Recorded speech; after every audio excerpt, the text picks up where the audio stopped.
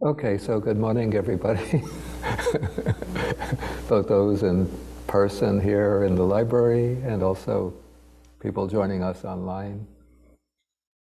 And so we could begin with 3 bows to the Buddha, either physically or mentally. So we do 3 bows. 1, 2, 3.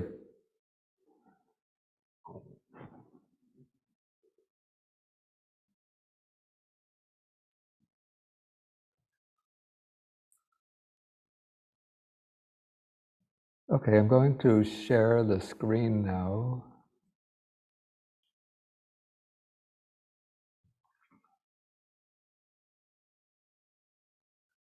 Okay, and then I'll do the salutation to the Buddha.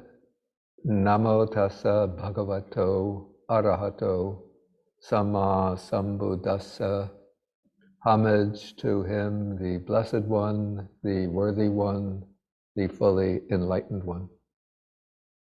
Okay, so today is August 19th, 2023, and we are continuing our selective reading through the Book of Fives, the collection of discourses on fives in the Anguttara Nikaya, the numerical discourses of the Buddha. And we're starting today with sutta number 194. This sutta doesn't have any sort of profound or deep aspects of Dhamma, but it's a very beautiful, almost lyrical sutta in praise of the Buddha and praise of the Buddha's Dhamma. And so I want to just sort of to go through it. It doesn't need so much theoretical explanation, but it's nice not to just skip over it, but to just dwell on it. I remember coming across the sutta many, many years ago when I was living in Sri Lanka, and I was very impressed by what I call the lyrical beauty of the sutta. And so the sutta takes place in the form of a conversation between 2 brahmins, and these are brahmins living in or around the city of Vesali. And so one of them is named Karanapali, and according to the commentary, a little bit strange, that he used to do sort of repair work, carpentry work for the leading clan of the city of Vesali. The leading clan in Vesali were called the Lichavis. And Vesali was not a kingdom, it was not a monarchy, but it was one of the few remaining, we call this aristocratic republics in Northeast India. So at that time, the old aristocratic republics had been coalescing into a number of major kingdoms, expanding kingdoms, and the 2 main ones in that area were the kingdom of Kosala, further to the north, ruled over by King Pasenadi, and the capital of Kosala was the city of Savasti or Shravasti, where the Buddha had his main monastery, the Jeta's Grove, which had been donated to him by the philanthropist Anathapindika.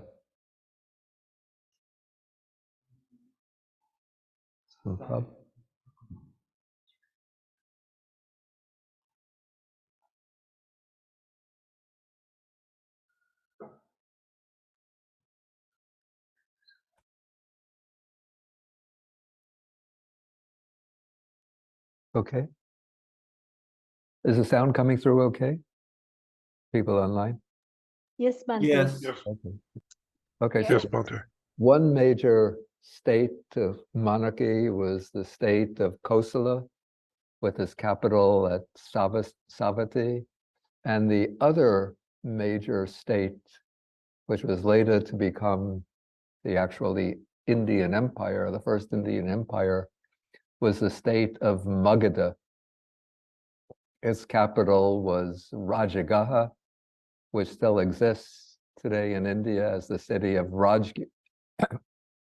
Rajgir.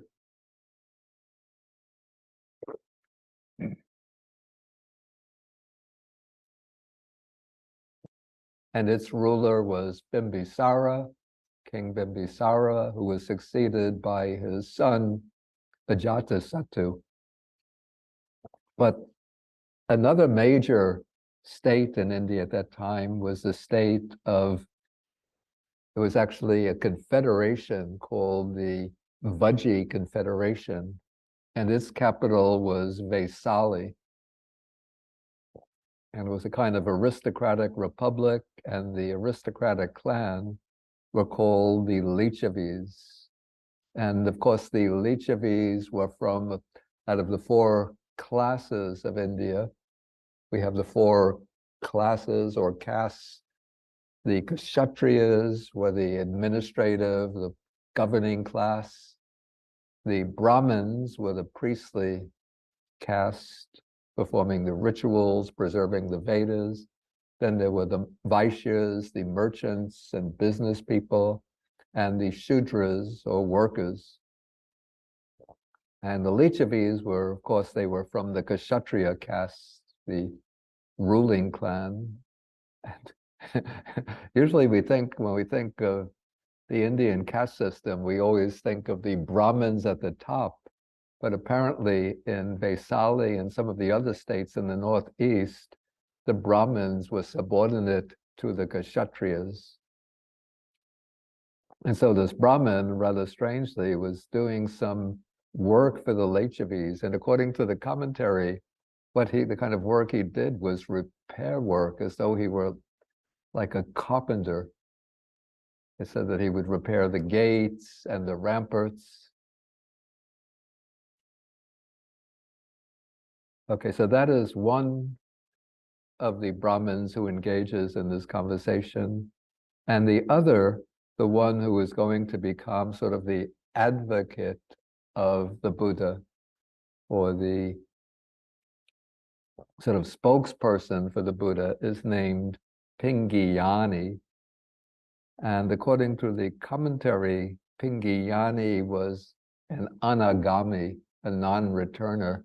That means out of the four stages of realization or enlightenment, he was at the third stage, just short of arhatship. And sometimes we see in sort of maybe popular style presentations of Buddhism, like in college textbooks on world religions, there's a section on Buddhism, they will speak about antagonism between the Buddha and the Brahmins. But actually, when you look at the canonical texts, you don't see the Buddha establishing a kind of antagonistic relationship with the Brahmins. Generally, when the Buddha engages in conversations with the Brahmins, the tone is polite, cordial, respectful, full of a spirit of mutual respect. The Buddha criticized, sometimes sharply, certain aspects of Brahmanism. Particularly, he criticized the idea that the caste system was some kind of divinely ordained social order. According to the Brahmins, the four castes were created by the supreme deity, Mahabrahma, with the Brahmins at the head of the caste system.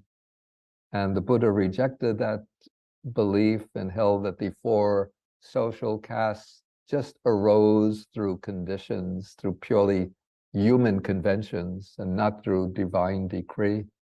And of course, the Buddha criticized the practice of animal sacrifice, which was common amongst the Brahmins. And he rejected the divine authority of the Vedas, even though he didn't reject Vedic learning itself, but he just didn't regard the Vedas as having any kind of divine authority. But the Buddha often would praise certain Brahmins and had a friendly relationship with the Brahmins. And one of the main practices that the Buddha adopted from Brahmanism sort of incorporates into his own system is what he called, the word Brahma Vihara. So this is the dwelling of the god Brahma.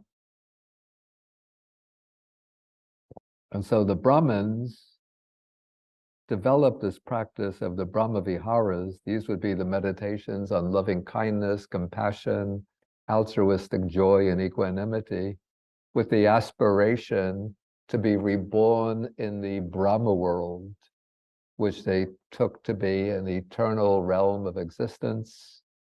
And through practicing the Brahma Viharas, they believed that they could dwell in eternally in the company of Mahabrahma. But the Buddha incorporated the Brahma Viharas into his own system of practice, but he didn't regard, and he taught that the Brahma Viharas were a means to rebirth in the Brahma world, but he didn't regard the rebirth in the Brahma world as the ultimate goal, the final goal of the spiritual life. In fact, the word that we translate as spiritual life is also a word taken over from the Brahmins. The word is brahmacharya, which is literally it's the conduct of Brahma. And has various shades of meaning. And one meaning I think in Indian spirituality in general, is the practice of celibacy, abstaining from sexual relations. And of course, the Buddha includes that as one shade of meaning, but it takes on the broader meaning of the entire spiritual life, the spiritual life of the path. I'll take questions later. Yes, I'm not going to answer questions right now.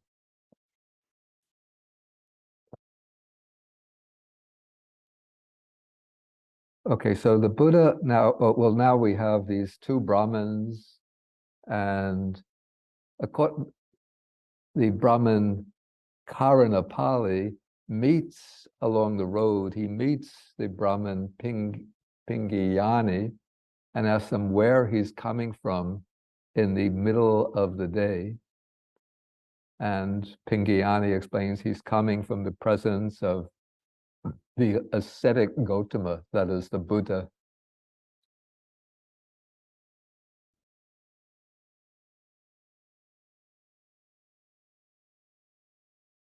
Okay, so then Karanapali, a little strange question, suddenly asked out of the blue, but we could see maybe sort of this is the compilers of the canonical text constructing this dialogue in order to give an opening for Pingiyani to praise the Buddha. So he says, what do you think of the ascetic Gautama's competence and wisdom?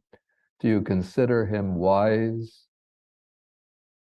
And then Pingiyani, he realizes that he is not one to sit in judgment on the wisdom of the Buddha. So he says, who am I that I could know or understand the ascetic Gautama's competence in wisdom? Only one like him could know his competence of wisdom. And then the commentary to the sutta explains that it's only another fully enlightened Buddha that could fully understand the wisdom, the degree of wisdom of the Buddha Gautama. Okay, then Karanapali says, you certainly praise the ascetic Gautama with lofty praise. And then again, Pingiyani answers in a very humble way. He says, who am I that I should praise the ascetic Gautama? The ascetic or Master Gautama is praised by those who are praised as best among devas and human beings. And then the commentary gives, as it elaborates on this, and it says that Okay, King Pasenadi of Kosala is praised by the residents of the state of Kosala. King Bimbisara of Magadha is praised by the residents, the citizens of the state of Magadha. The Lichavis in Vaisali are praised by the other citizens of Vaisali. And Saka, the king of the gods, is praised by the Devas. And Mahabrahma is praised by, by the Brahma deities. And yet all of them, King Pasenadi, King Bimbisara, the Lichavis, Saka, the king, ruler of the gods, and Mahabrahma, all of them speak praise of the Buddha. So in this way, the Buddha is praised by those who are praised. And this was used as a title, I remember years ago, by a book published. I think it might have been either the Sri Lankan Malaysian monk, Venerable Kesri Dhammananda, or maybe it was the Australian monk, Venerable Dhammika, who compiled a book called Praise by Those Who Are Praised. And it collected together sayings by great thinkers, writers, philosophers, scientists, and so on, who made statements of praise about the Buddha. Yeah, so nowadays we could say, I think Einstein, Albert Einstein praised the Buddha. Oppenheimer, Robert Oppenheimer praised the Buddha, and many other great thinkers, actors, actresses have spoken praise of the Buddha. Okay, so then Karanapali asks him, what grounds do you see for having such deep devotion to the ascetic Gautama, for placing such trust in him, for praising him so highly? Yeah, and this is where we come to what I call that beautiful and even lyrical portion of the sutta. So we have 5 ways in which Pingayani is going to praise the Buddha and to praise the Buddha's Dhamma. So he says, just as a man who has found satisfaction in the best of tastes, say somebody goes to maybe the the best restaurant in Paris, best French restaurant in Paris, or the best Indian restaurant in Mumbai or Chennai, enjoying the best of French cuisine, the best of Indian cuisine, or the best Chinese restaurant in Shanghai, and enjoys the best kind of food. And so any other food, whether French food, Indian food, Chinese food from the ordinary run-of-the-mill restaurants, will be considered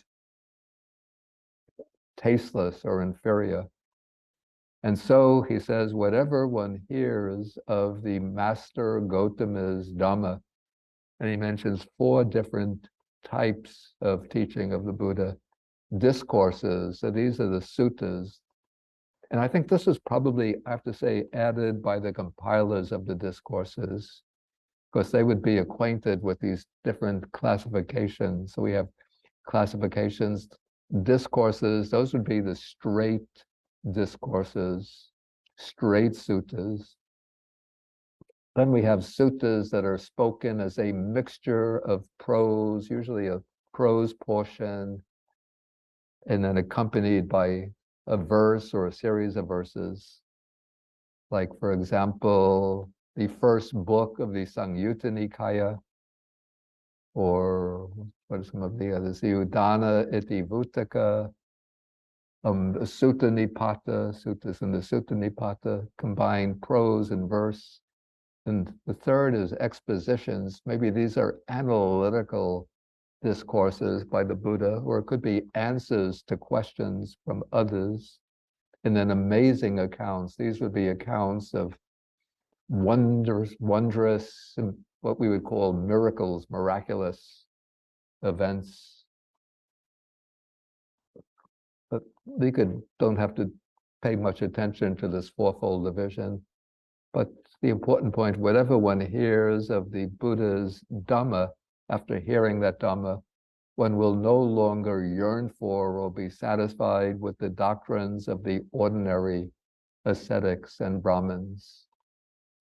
And I mean, I don't want to sort of create unfair comparisons or biased comparisons, but once you become acquainted with, say, the sutta collections of the Buddha, and then if you look in the so-called Holy Bible or the Upanishads and Bhagavad Gita and the Quran, the surahs of the Quran, you can see such a remarkable difference. Like one teaching is so pure, good in the beginning, good in the middle, good in the end.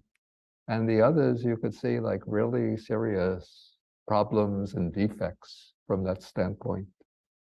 So you're not satisfied with those kinds of teachings anymore. Okay, so this is the comparison of the Buddha's Dhamma as being like the most exquisite cuisine compared to food from other types of ordinary restaurants. Like once you've tasted that finest Parisian cuisine, finest Indian cuisine, finest Chinese food, then you don't want to go to McDonald's or Pizza Hut or what are some of the others? Yeah, I don't know these. Chipotle with the Mexican cuisine. Okay, the next one. So here we have, just as a man oppressed by hunger, weakness, and then somebody gives him a honey cake. This would be a kind of cake made probably with wheat, probably made a base of wheat, but mixed with a kind of honey. So it's very delicious and sweet. Maybe today it would be a little bit like halvar. Is that what it's called? It's a Turkish sweet, very delicious. Probably it's referring to a kind of Indian sweet, but I don't remember the Indian sweets. Gulachan. But some of them were just too sweet when I had them in India. This would have to be one with a kind of sweet, delicious taste, but rather subtle, not with that sticky, sweet, overpowering sweetness. So it's called a honey cake. And so it said, wherever he eats of it, whether at one edge or another edge or in the middle, everywhere that delicious flavor pervades the entire cake. And so everywhere he enjoys the sweet and delicious taste. And so it said, whatever one hears of the Buddha's Dhamma, Master Gautama's Dhamma, but one will obtain satisfaction, and here it uses the word chaitaso pasada. I use a rather maybe not so common word, placidity of mind. Maybe just call it mental pleasure, but it's a pleasure tinged with tranquility. It combines, the word pasada combines those two senses of pleasure and tranquility. So one gets this uplifting satisfaction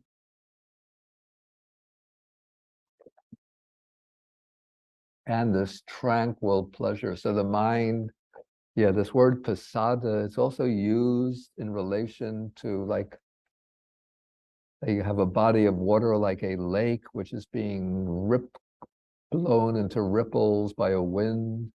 And then when the wind stops, the water settles down and the surface becomes calm and peaceful. That is a kind of pasada, or a metaphor for this pasada. And so when you have the mind sort of can be disturbed in a state of distress, worry, anxiety, fear, and so on, or yearning, and then you hear the Dhamma of the Buddha, then the mind becomes pleased, satisfied, and also it becomes calm and happy. So that's the satisfaction and placidity of mind. It's like that eating that delicious honey cake.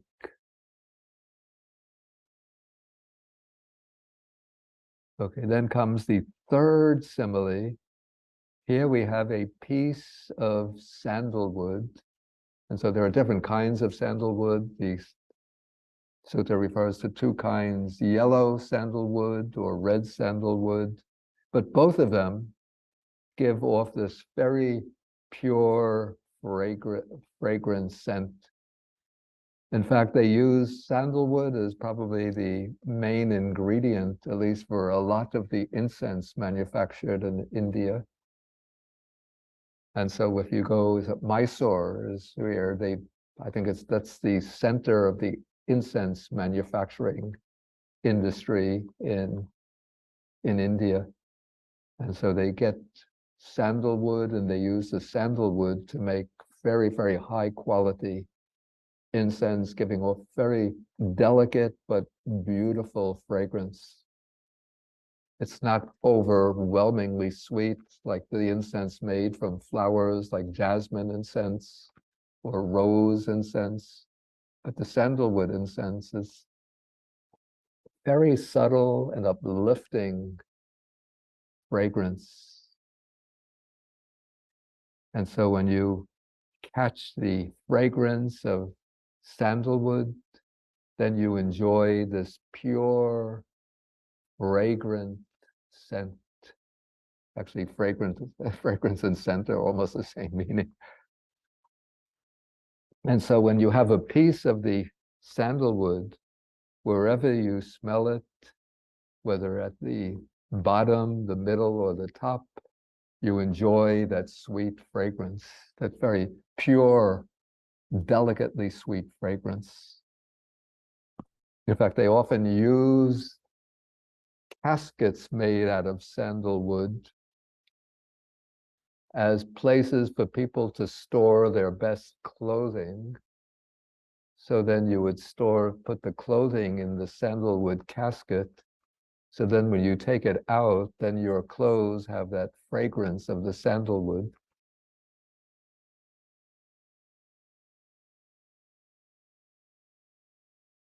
And so then it compares this, whatever one hears of the Buddha's Dhamma, or the discourses and so on, one derives elation and joy, pamoja and somanassa. So pamoja actually now I would call pamoja joy, and somanassa would be happiness. So one experiences this joy and happiness from listening to the Dhamma of the Buddha.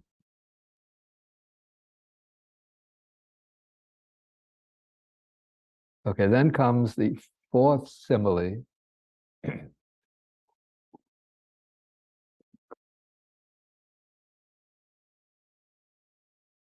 Actually, it just strikes me that the first or the second and third similes, in a way, deal with the uplifting of the mind, sort of moving the mind up to levels of joy, calmness, happiness, and elation.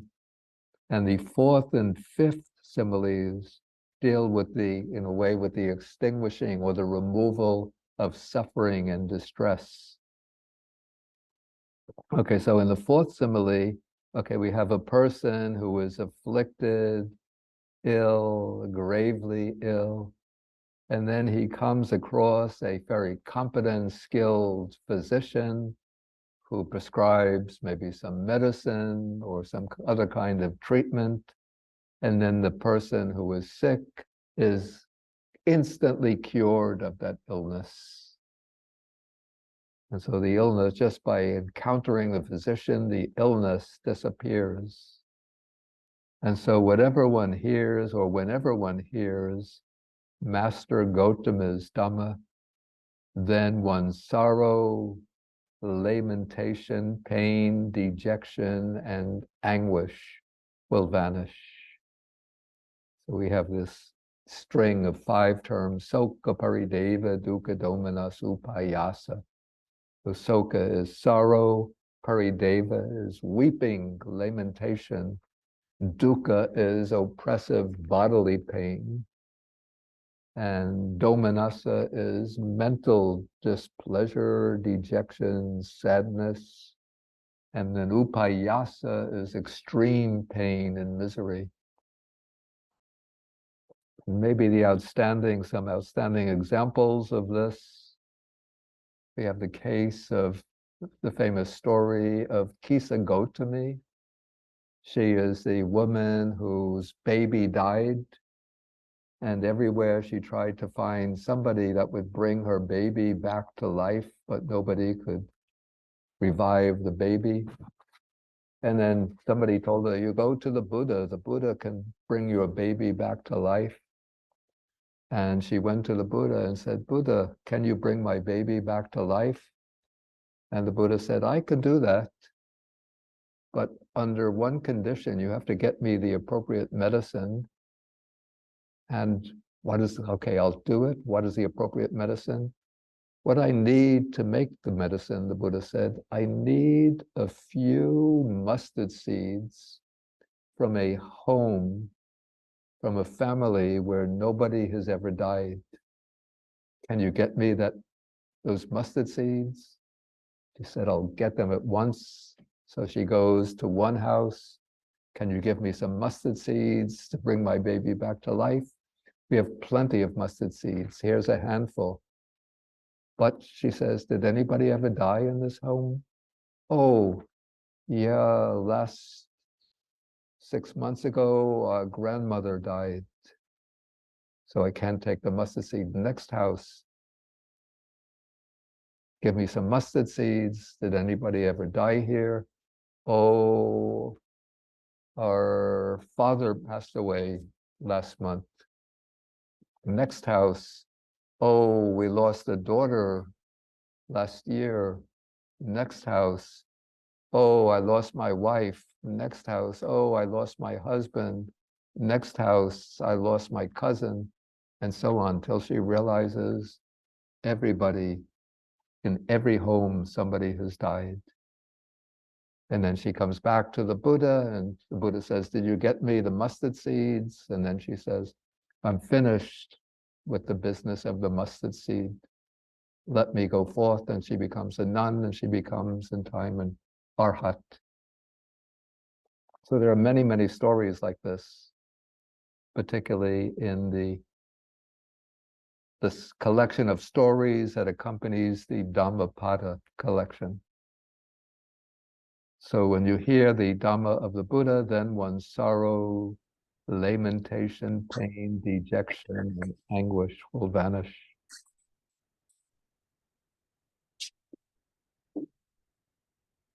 Okay, then comes so that's the 4th simile. Then comes,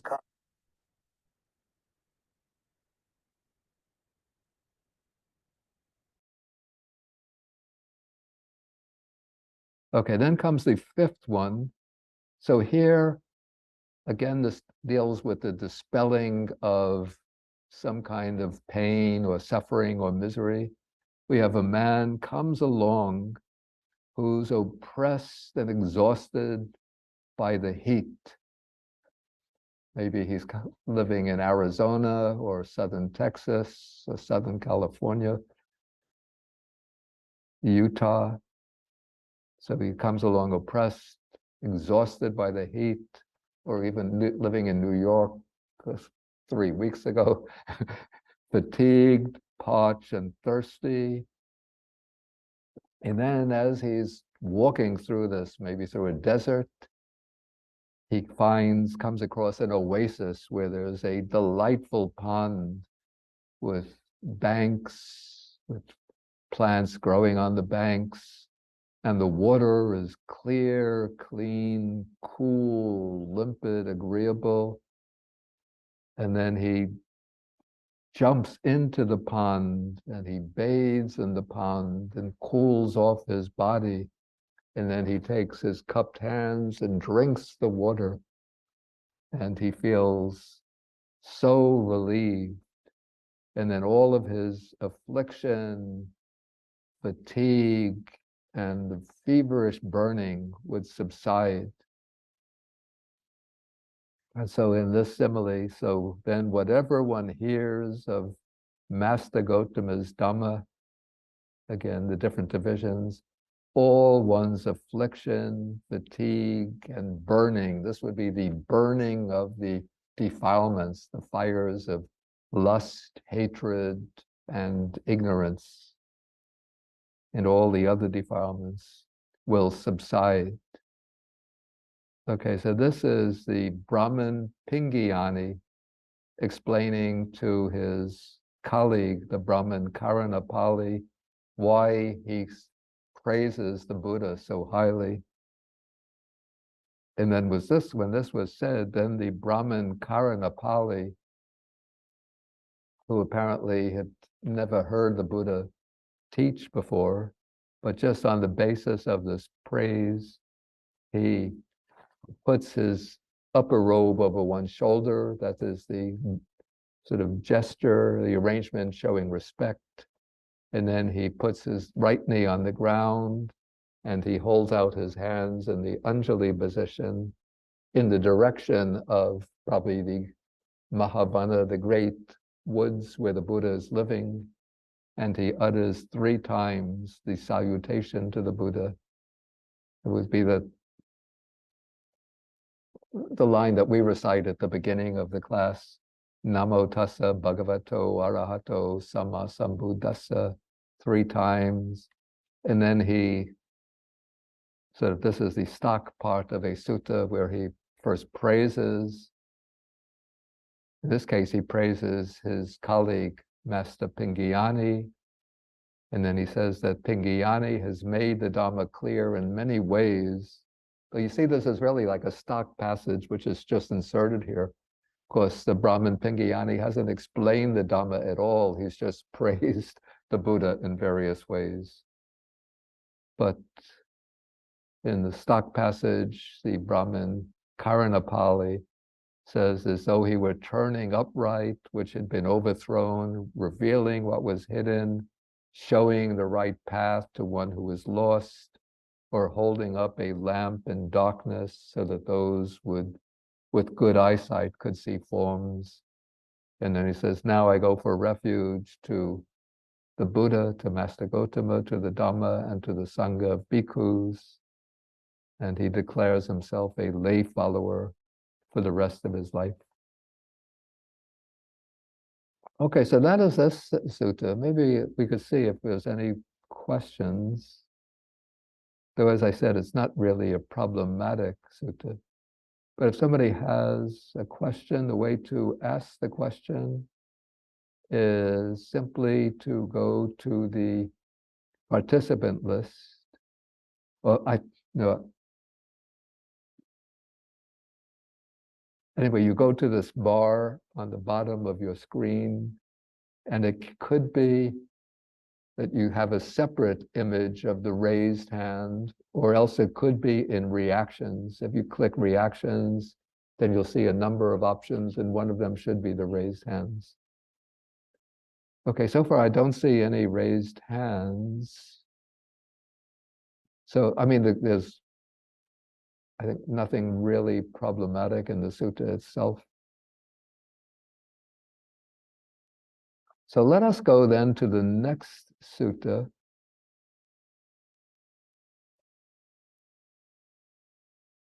Again, this involves the same brahmin named Pingyani, and again it takes place takes place in the city of Vesali, and with the Buddha dwelling in the great wood, the Mahavana.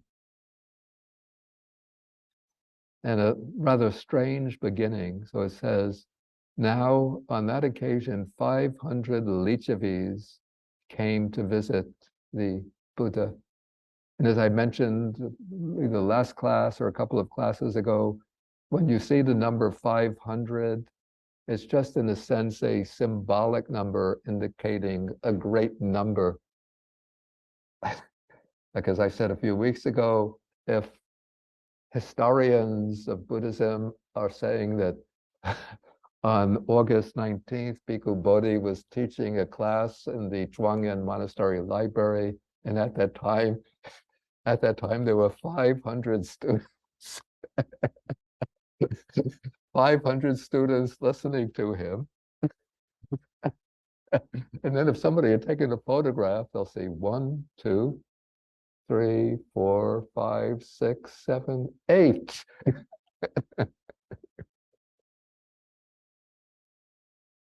Okay, so we have 500 Lichavis, and as I mentioned, the Lichavis were like the aristocratic clan in the city of Vesali.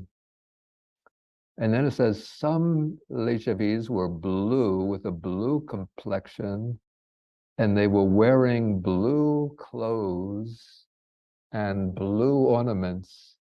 Other Lichavis were yellow with a yellow complexion, wearing yellow clothes and yellow ornaments. Some were red with a red complexion, wearing red clothes, wearing red ornaments. Other Lichavis were white with a white complexion, clothed in white, wearing white ornaments. Yeah, so it was a little like a puzzle. How could the Lichavis be of these different colors? And the commentary says that their skins were not actually blue, yellow, red, or white, but they were wearing a kind of makeup, cosmetic to make their skin that color. So possibly they're very, it's also possible, my hypothesis, that there are very slight differences in the pigmentation of the skin. So exaggerating, you would say blue. So maybe a very dark complexion is a bluish complexion. Another lighter complexion, yellow, a different pigmentation, we call it red. And those who are very light complexion, we say it's white, perhaps. But in any case, they're wearing different colors clothes to match their complexion, different ornaments. I couldn't find any explanation in the commentary for the reason why they dress differently and wear different ornaments. In any case, it's apparently they're considered with all of this makeup and their clothes and their ornaments considered very beautiful. But the sutta says that the Blessed One, the Buddha, outshone them all with his beauty and glory. Okay, then we have again the Brahmin Pingyani is sitting in that assembly, and then he rises from his seat and he declares that some inspiration has come to him, and the Buddha invites him to express his inspiration. And then he recites, it's a very beautiful verse. Apparently, it seems, disciples have different temperaments or inclinations, different modes of relating to the Dhamma. And so, as I think I've explained this in the past, some inclined sort of to faith, others more strongly to meditation practice, others more strongly to wisdom and investigation. And from the previous sutta and from this sutta, it seems, I get the impression that Pingyani is, we call this a faith devotee. As a non-returner, he would be Saddha Vimuta, one liberated by faith.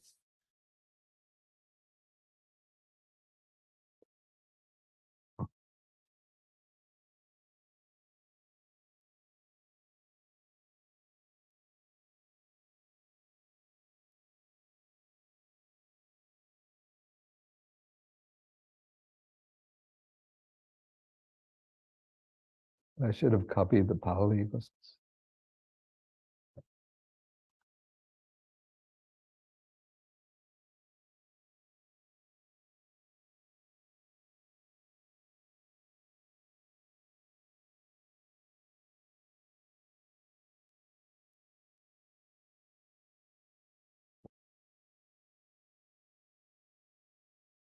Yeah, the verse is very, very beautiful in the Pali. Let me just copy and paste it in.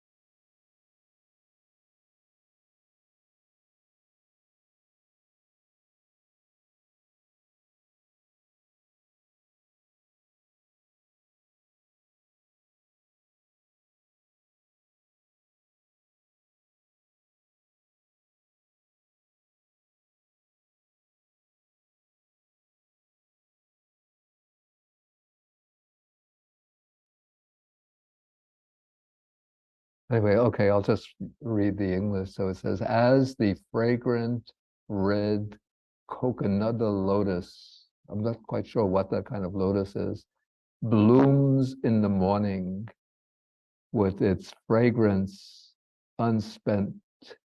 So it's rich with its fragrance. Probably as the day goes on, the lotus flower will give off more and more of its fragrance, and then the fragrance, maybe by the late afternoon or evening, the fragrance is not so prominent.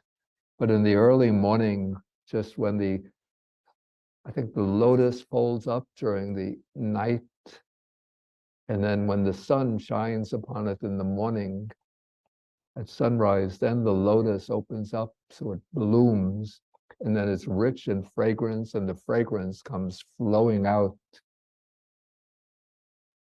And so then the verse goes on, behold, Angirasa, or Angirasa. This was a sort of epithet for the Buddha. Behold, Angirasa, radiant, like the sun beaming in the sky.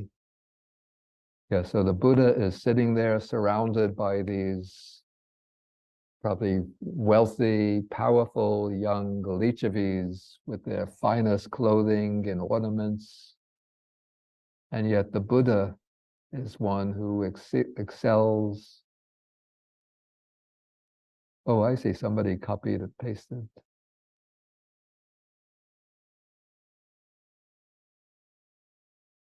Okay, and then it says those Lichavis presented, oh, I say they presented the Brahmin Pingayani, each with 500 upper robes, because they were very pleased with this verse that the Brahmin had composed and recited. But then the Brahmin takes those upper robes, they must be pieces of cloth rather than made up robes, and offers them to the Buddha. Okay, now the Buddha is going to speak about the manifestation of 5 things in the world that are very rare, and he calls these things gems, ratana, 5 precious things that are rare in the world. So the first of these is the manifestation of a fully enlightened Buddha in the world. It's very rare. And to understand this, we have to know a little bit about the cosmology, the cosmos, according to Buddhism.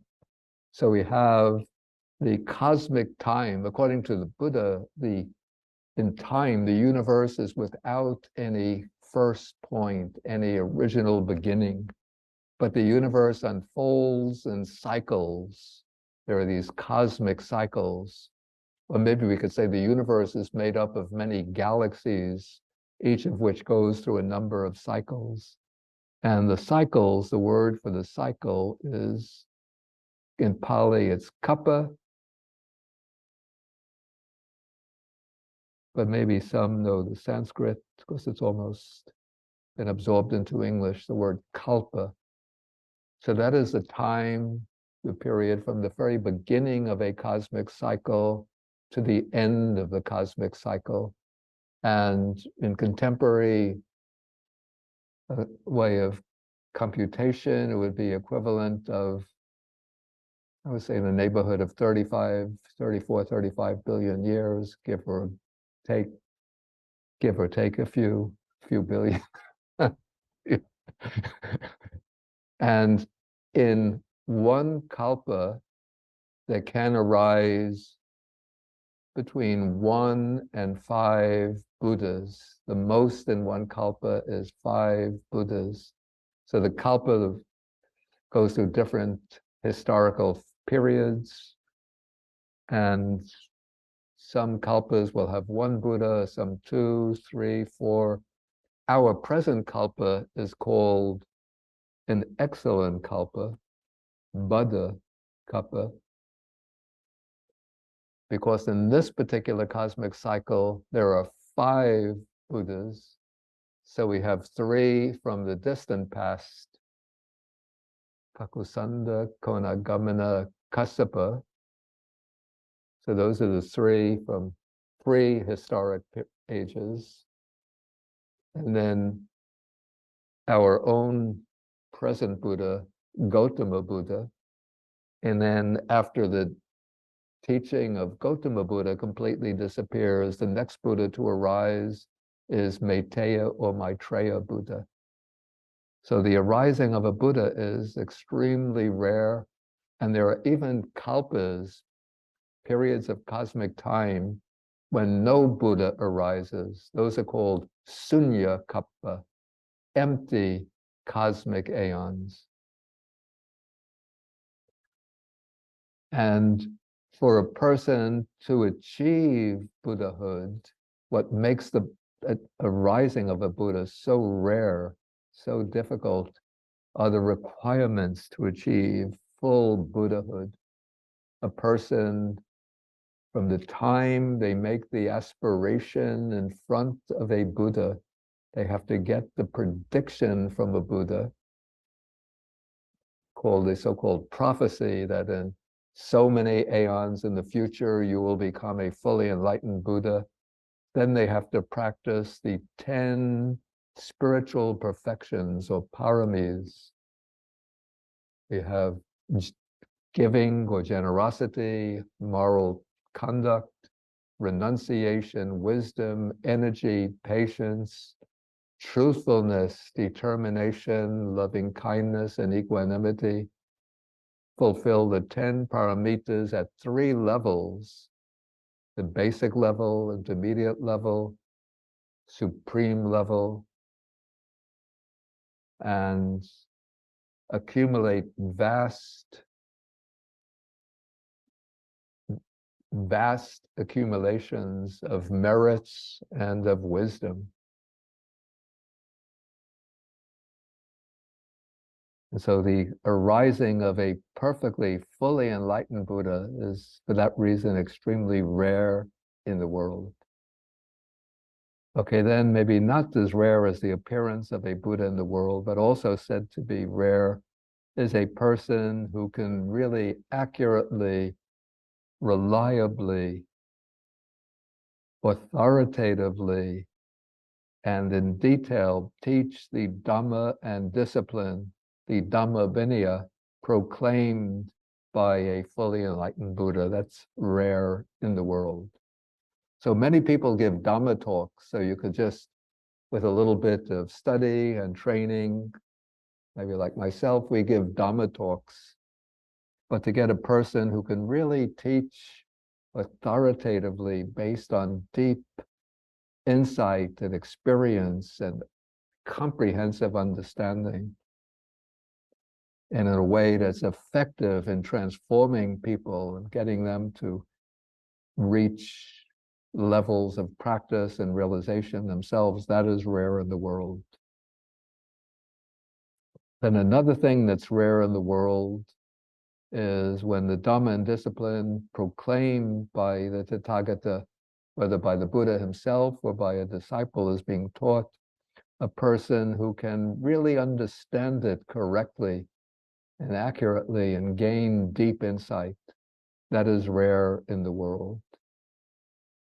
Okay, then when the Dhamma and discipline is proclaimed, has been taught, then a person who not only can understand it sort of intellectually, but can practice it correctly, practice in accordance with the Dhamma, that is rare in the world. You know, we say, we look in the world, we say how many, sometimes you see figures of different populations following different religions.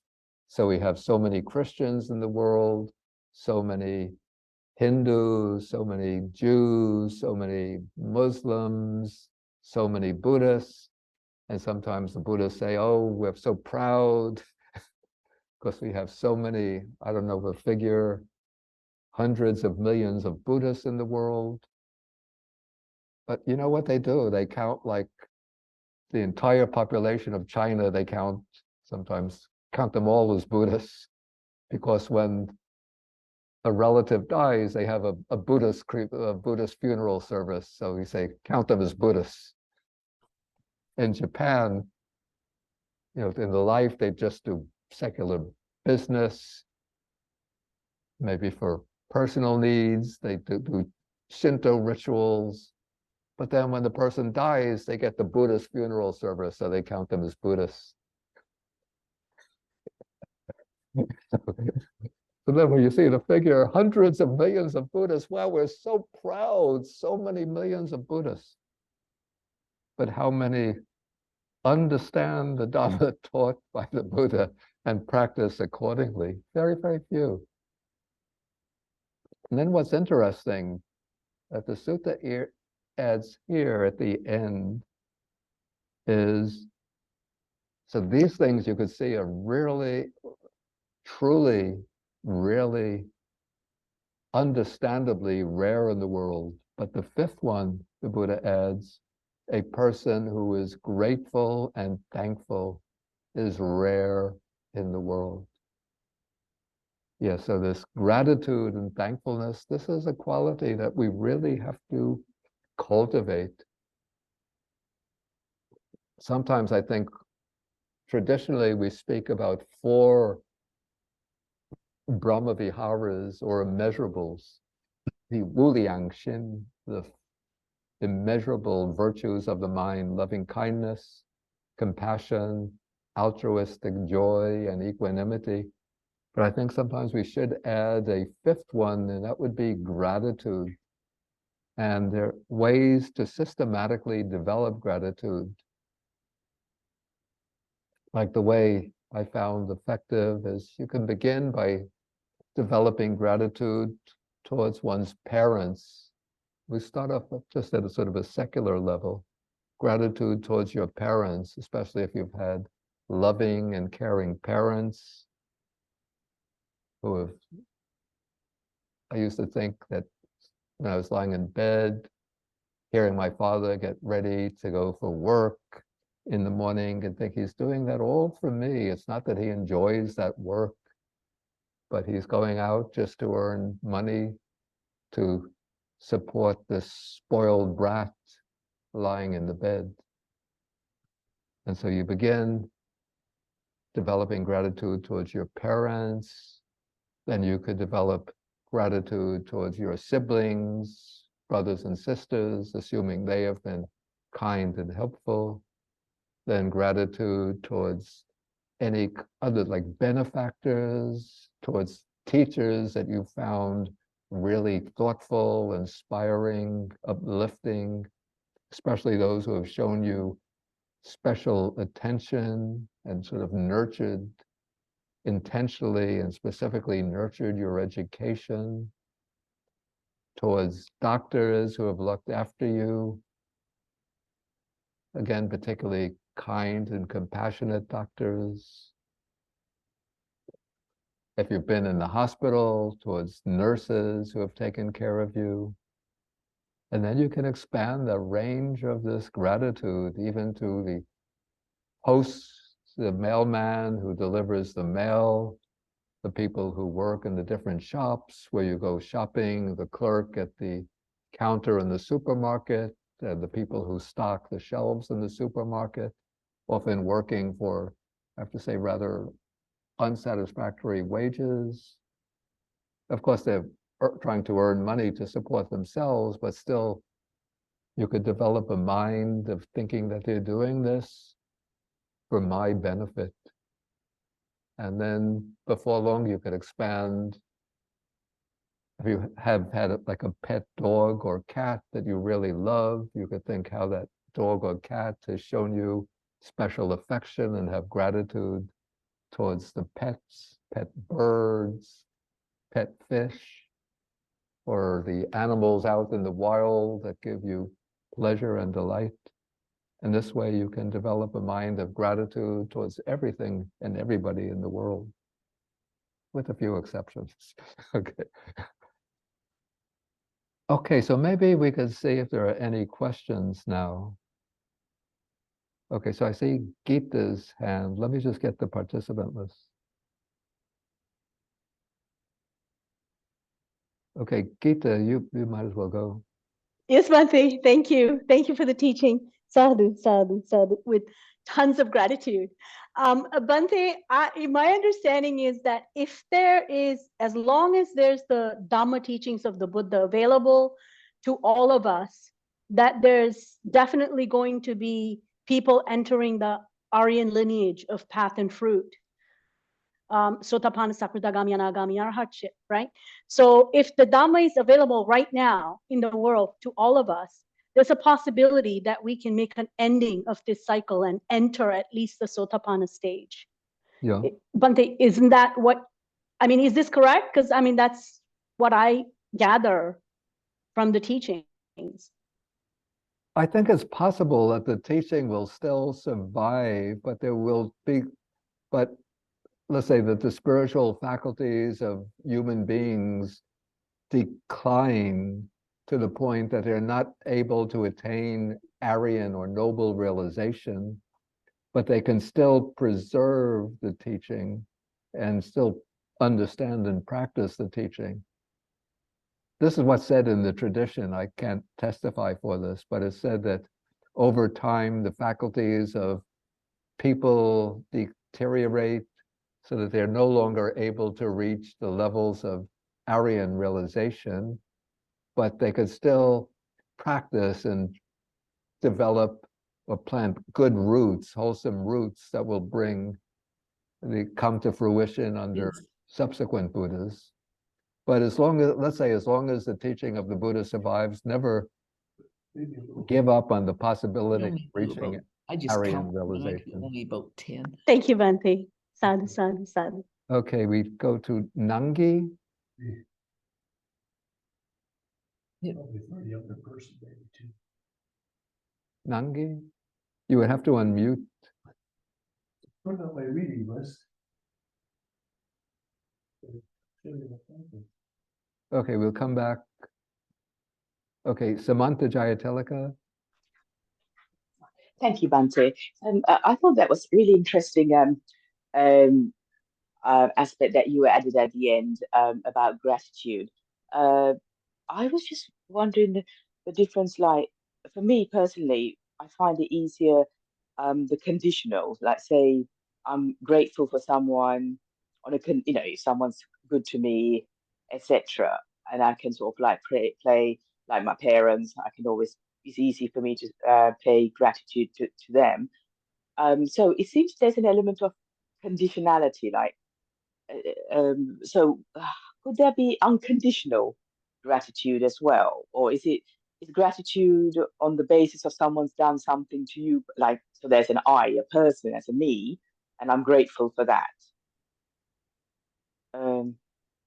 Yeah, I'm not hearing so well. I think I get the question, whether gratitude is only directed towards people who have conferred some specific benefit upon you, or whether there's something like Yes. unconditional gratitude. Is that the Yes. question? Like yes, yeah, like loving kindness is unconditional. So could gratitude also be in a similar format unconditional? I think we start off with what we might call conditional gratitude or specific gratitude. And then you try to sort of expand the range of that gratitude till it becomes sort of all-encompassing.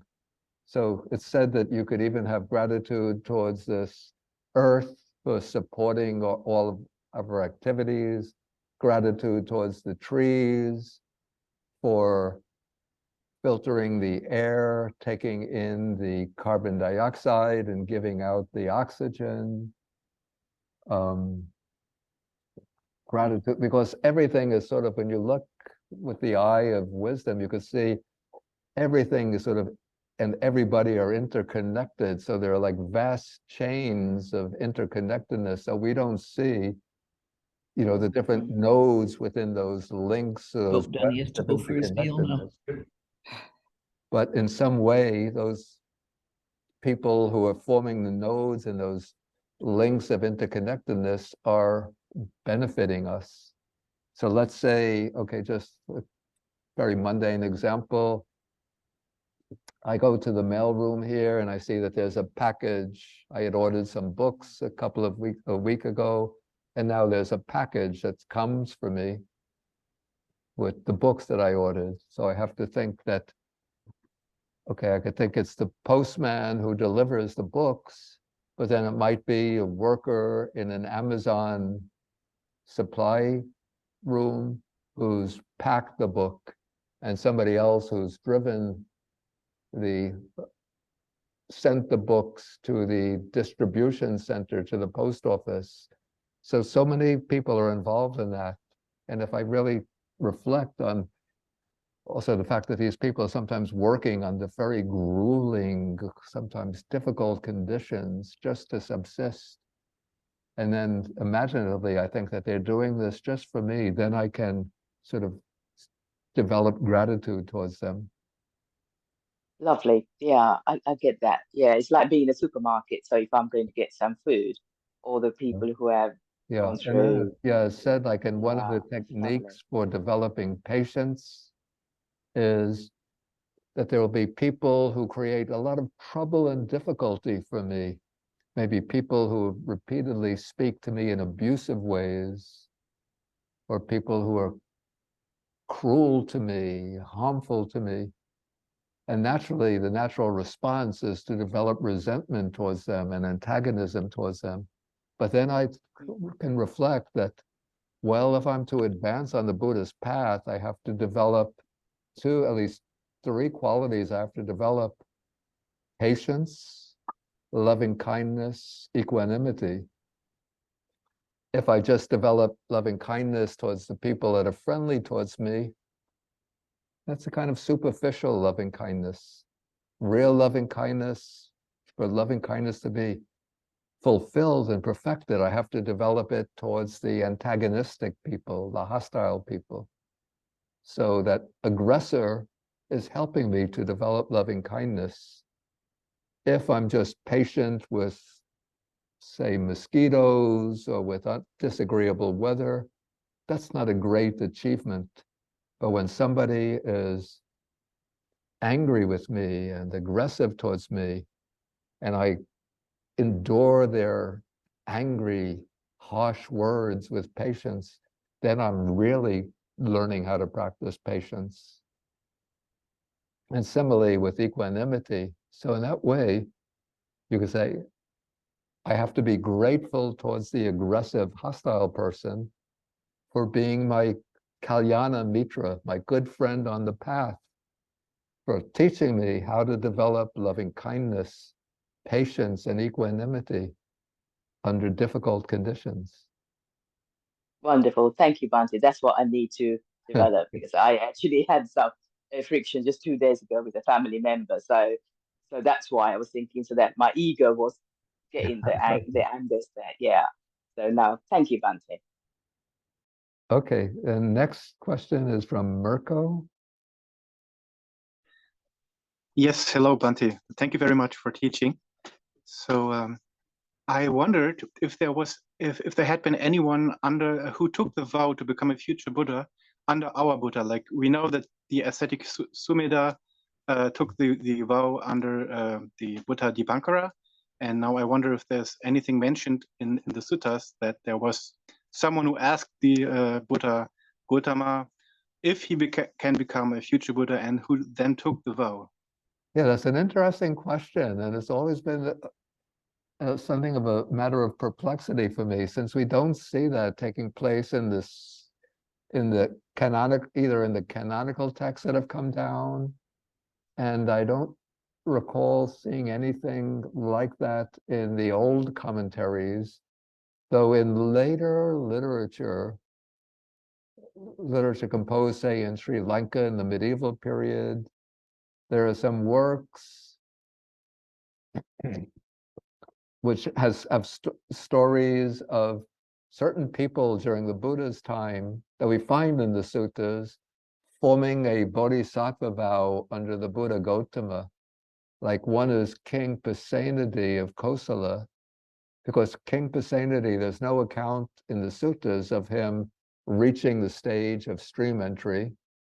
And so he was a very close and devoted disciple of the Buddha. So the question, why didn't he reach even the stage of stream entry? And so the later thinkers or later writers maybe reflected on that and had King Pasenadi as one with the bodhisattva aspiration. And another in that story was an elephant in the Buddha's time, who of course the elephant couldn't make a declaration of a bodhisattva vow, but I think the elephant in an old story bows down to the Buddha. And so in this medieval story, the account comes that that elephant made a bodhisattva vow in the presence of the Buddha. Yeah, that's all I could say about that. Okay, thank you very much.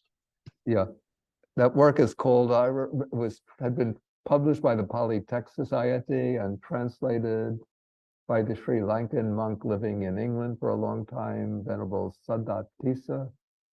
I think it was called simply The Stories of the 10 Bodhisattvas. Okay, we'll take one more question. So this will be use. Yes, Bhante. The earlier suttas you mentioned, there is a book by Venerable Dhammika in praise of the Buddha. Is that correct? I'm just trying to find the book. The title was something called Praised by Those Who Are Praised, or Praised by the Praised. I think that was the title. It was either by the Sri Lankan monk living in Malaysia, K. Sri Dhammananda, or the Australian monk named Venerable Dhammika. One of those two, I don't remember which one, had compiled that anthology.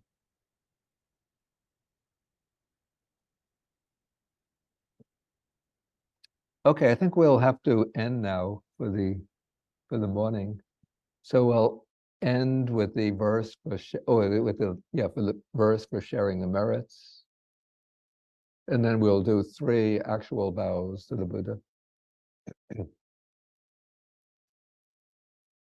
Akasata chabunmata deva naga mahidika punyantang anumoditva chirang rakantu sasanang.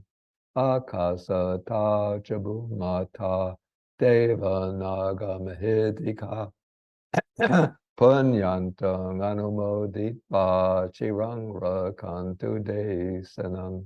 Akasata chabumata deva naga mahidika punyantang anumoditva chirang rakantu mang parang dukha pata jani dukha baya pata jani baya soka pata jani soka antu sabepi panino. May those in suffering be free from suffering. May those in fear be free from fear. May those in sorrow be free from sorrow. May all living beings also be thus. Okay, and then we can stand. Well, we'll stand.